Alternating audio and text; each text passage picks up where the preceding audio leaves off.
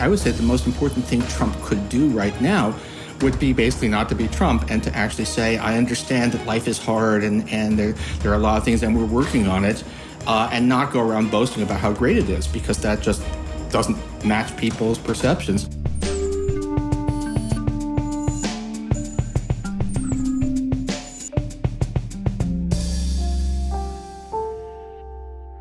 Hello and welcome to GZERO World. I'm Ian Bremmer, and today I am kicking off the show with an etymology lesson about the most beautiful word in the English dictionary, according to President Trump. Did you know that the word tariff actually comes from the Arabic dictionary? It's derived from the Arabic word tarifa, forgive my pronunciation, which translates to a, quote, notification or announcement, which frankly is fitting, since late last month, the Supreme Court gave President Trump a, quote, notification or announcement that they'd struck down the core of his economic agenda. In a 6-3 decision, the court ruled Trump did not have the authority to impose tariffs under the International Emergency Economic Powers Act, IEEPA, simply by declaring a national emergency. The majority ruling included conservative justices, 2 of whom Trump had appointed himself. At a moment when many Americans have questioned whether the courts would indeed constrain executive power, this was a rebuke. But Donald John Trump is not one to be easily discouraged. Within hours of the ruling, his administration invoked Section 122 of the 1974 Trade Act to impose a new across-the-board tariff. And in his State of the Union address, President Trump made clear he had no intention of backing away from tariffs as a central pillar of U.S. economic policy. And as time goes by, I believe the tariffs paid for by foreign countries will, like in the past, substantially replace the modern-day system of income tax. Grand pronouncements about rewriting the U.S. tax code aside, I'm left with a few more immediate questions. What has actually changed? Was this a real check on presidential power or just a setback? Will companies get refunds for tariffs the court now says were illegally collected? What about you, the citizens? And what does all this mean for the U.S. economy heading into a midterm election year? To discuss all that and more, I'm joined by Scott Lincicome at the Cato Institute and Nobel Prize winning economist, Paul Krugman. But first, a word from the folks who help us keep the lights on. Funding for GZERO World is provided by our lead sponsor, Prologis, and by Cox, a family of businesses. Additional funding provided by Carnegie Corporation of New York, Koo and Patricia Ewan, committed to bridging cultural differences in our communities. And Paul Krugman, Scott Lincicome, thanks so much for joining us on GZERO World. Thanks for having us on. Yeah, thank you. Plenty to talk about here. Of course, the big news is how do we think about U.S. trade policy on the back of the Supreme Court ruling? I take it that this outcome certainly wasn't a surprise for the markets. I assume it wasn't a surprise for either of you. Scott, you want to start with that? Yeah, I think that's right. It really was fortunately my base case that the Supreme Court would issue a pretty clean ruling on the statutory language and then punt the issue of refunds back to the lower courts, basically what happened. Paul? Yeah, I was, the fact that the court took so long to rule made me start to wobble. But the legal case was as open and shut as I've ever seen. These were clearly not legal tariffs, and I didn't think that even, that even a strongly sympathetic court would be willing to rule on Trump's behalf in this case, and they weren't.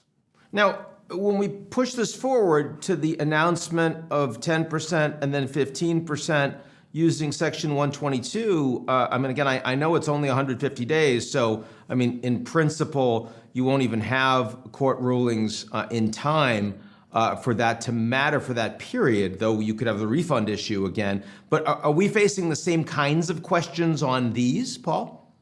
Oh, yeah. The Section 122, which is very obscure, is extremely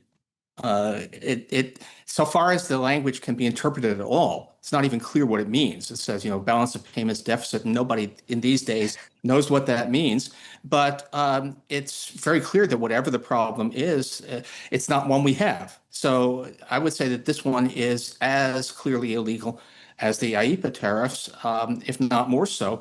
But again, the question is, given the pace at which we've gotten decisions, this court might rule on it around 2030. I mean, I would disagree with Paul just a little bit. There is a difference in that this statute clearly does allow for tariffs, and that's, I think, a big difference between this and the IEEPA case, which was really about whether the president even has any tariff authority under that emergency law. Under 122, we know he has this power. The question becomes, do the conditions for which that are needed for the president to utilize that power, do they exist? And so I don't know how a court is going to deal with that. You know, courts tend to be deferential to administrative expertise, to the Treasury Secretary. And even though I totally agree with Paul that as a factual matter, we have no balance of payments deficit or crisis at hand, I think it is a bit more of a question about how the courts are going to deal with that issue.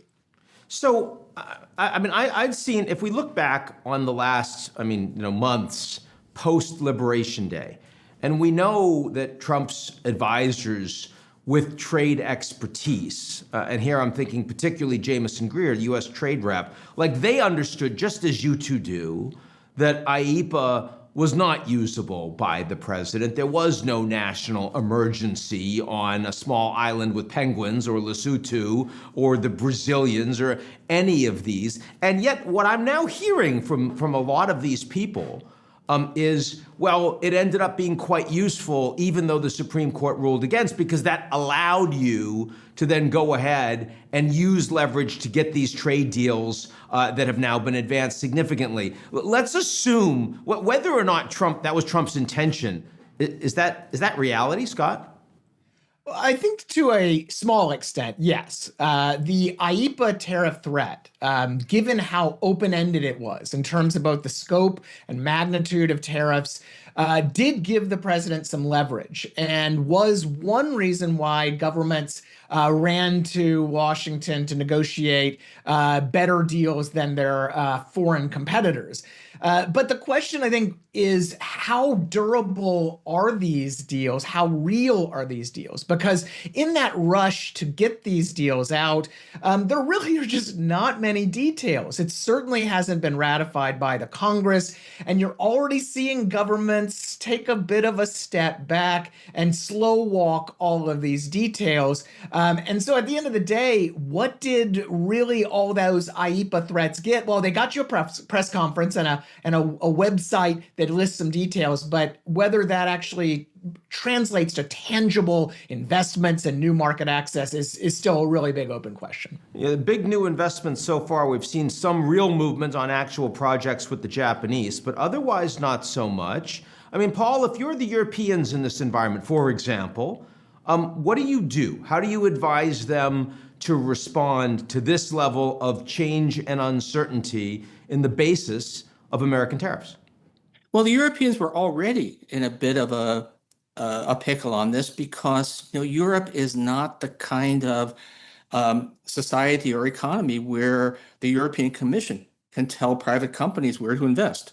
I mean, the European promise of more investment in the United States was always sort of vaporware. It was kind of, well, we think this is going to happen and we're going to say that we did it. But it was clear that they really didn't have any instruments for making it happen. And now, of course, the Europeans are, to use the technical term, pissed. I mean, they kind of humiliated themselves to get some concessions on tariffs that it turns out that Trump didn't have the authority to impose in the first place. So, and that in itself is kind of a useful from their point of view. I mean, pissed Europeans is kind of a new thing on the world stage, and they're kind of trying to start to throw their weight around a bit more. So, I don't think that there's anything coming. Can I add something else, which Sure, is this whole idea we're going to get lots of concessions from other countries. It's not as if the rest of the world was imposing high tariffs on the United States. When Trump came out on Liberation Day and said we're going to do reciprocal tariffs, we've always had reciprocal tariffs. The whole process of getting to where we were before Trump was a 90-year process of negotiation that began with the Reciprocal Trade Agreements Act of 1934. We've always cut tariffs in return for tariff cuts by other countries.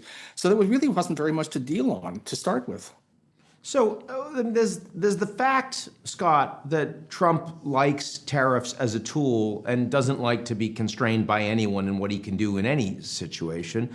But then you also have the fact that for decades now, increasingly, free trade and low tariffs has been more and more unpopular with the American voting public. And that's true on the left. It's true on the right as well. If you're thinking, I mean, the United States, are we just in a very different place in terms of globalization, in terms of how American power economically is being projected? I think yes and no. I think our political class in Washington has soured on open trade, the reciprocal trading system, the World Trade Organization, traditional free trade agreements, and the rest.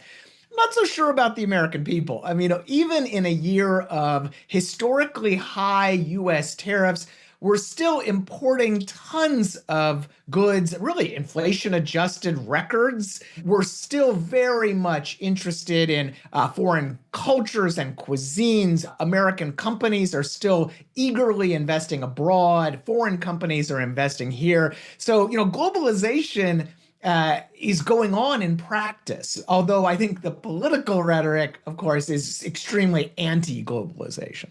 Paul, would you agree with that?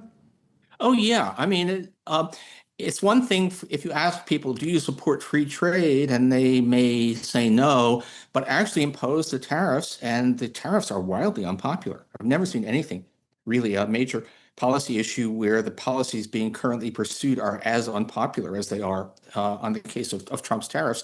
And yeah, we all depend on, our lives depend a lot on the quality of our lives depends a lot. I mean, on imports. I mean, I've got a whole cupboard shelf full of Italian pasta because I rushed to stock up on it when there was a threat that we were going to have 100% tariffs and that was going to disappear from the shelves.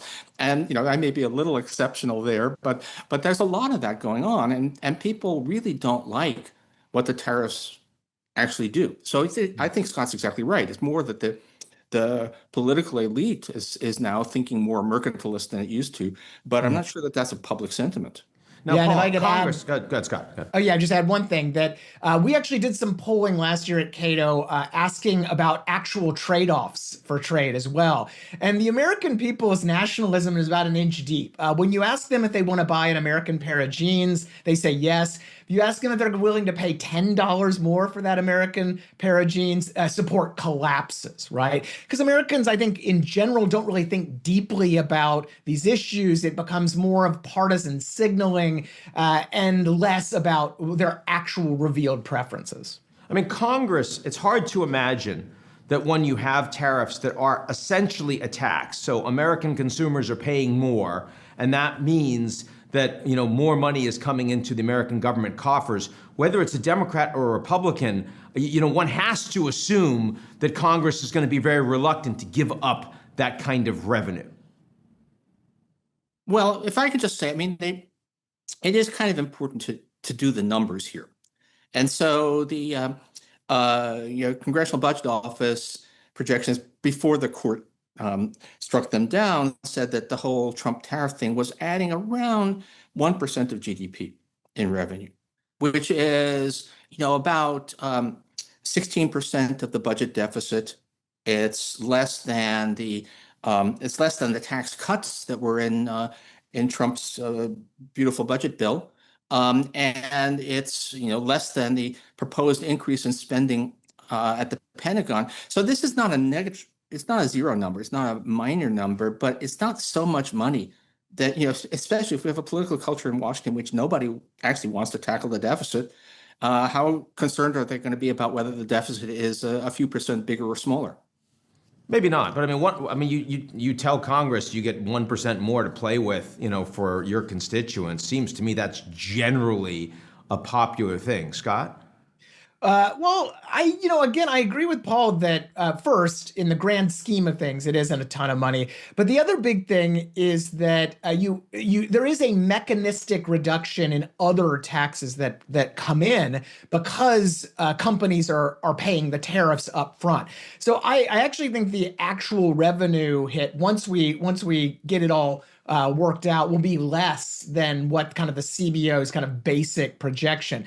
But the other thing you have to ask is this actually good tax policy? Yes, having a little more money coming into the government is good if you're the government, but if you're doing so at the expense of not just higher prices, but less productivity and economic efficiency, slower growth, and the rest, it's not really a great trade-off.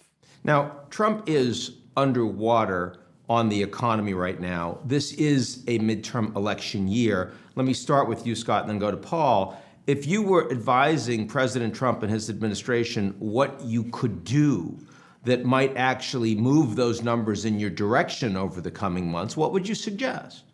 Well, I mean, other than eliminating a lot of the tariffs, which we know isn't going to happen, I think they have to focus back on the affordability issue. I've some of the stuff that they've proposed on housing deregulation and some of the supply side reforms there are fine. I think some of the provisions of their tax bill, the One Big Beautiful Bill Act, on full expensing for corporate taxes, those also I think they can run on a bit. But the reality is, a lot of people's views on the economy are set.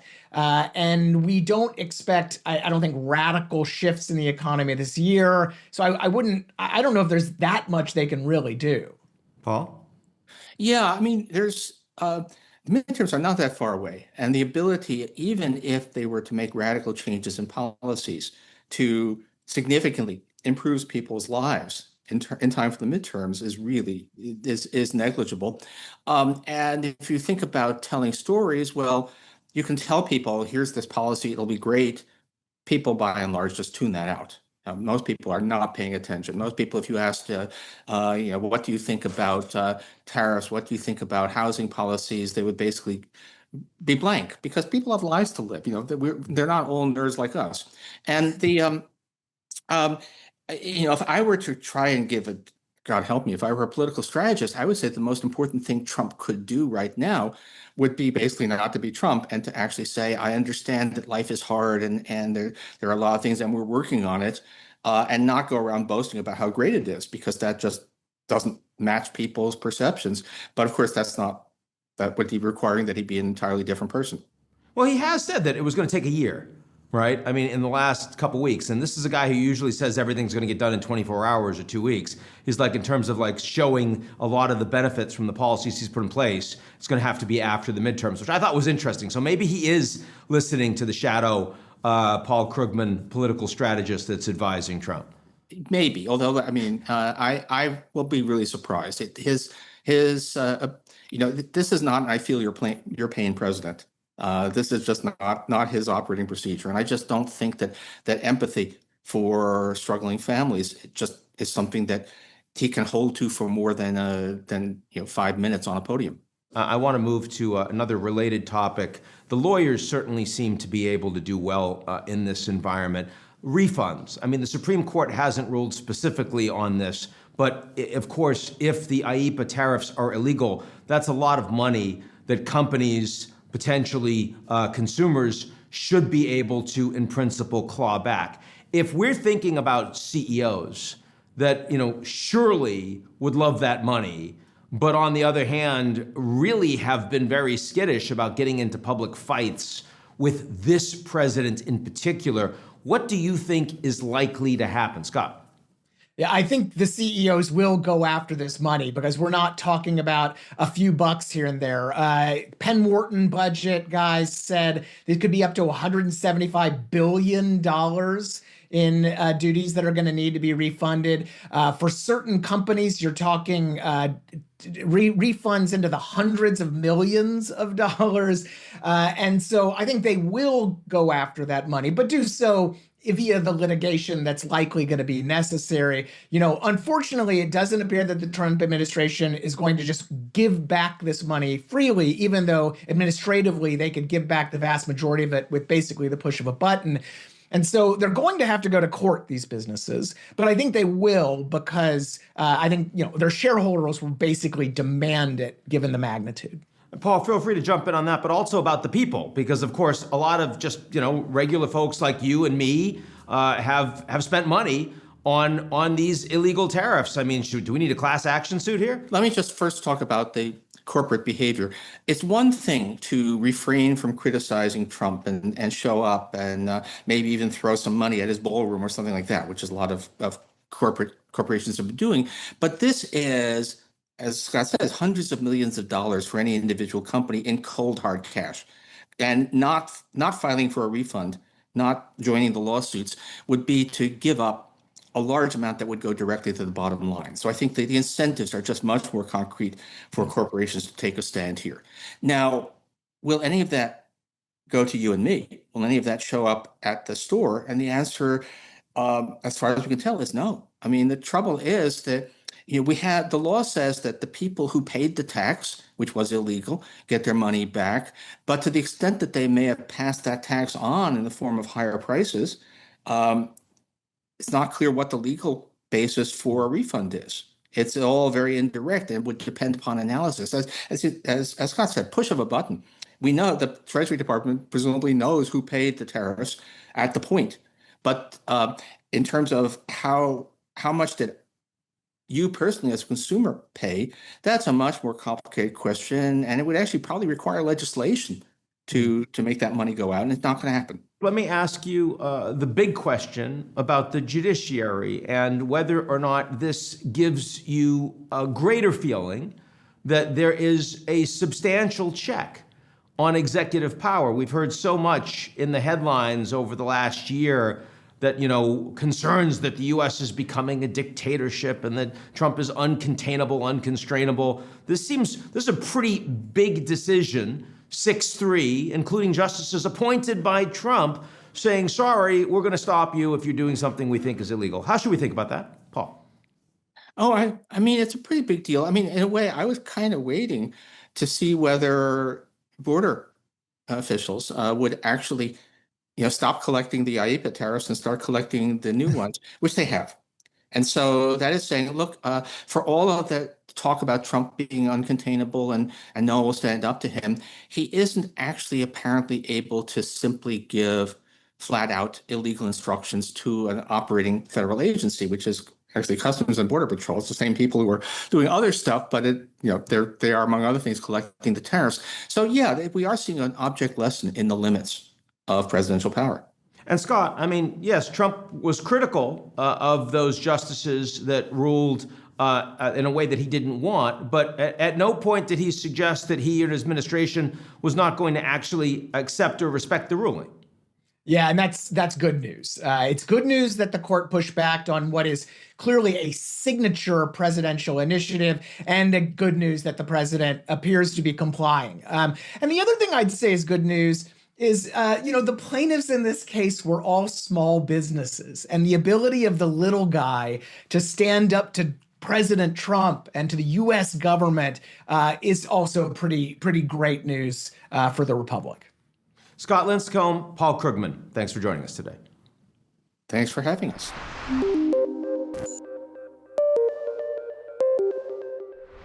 That's our show this week. Come back next week, and if you like what you've seen, or even if you don't, you have your own idea for how to upset global trade, why don't you take a minute and sign up for our most excellent newsletter. It's called GZERO Daily.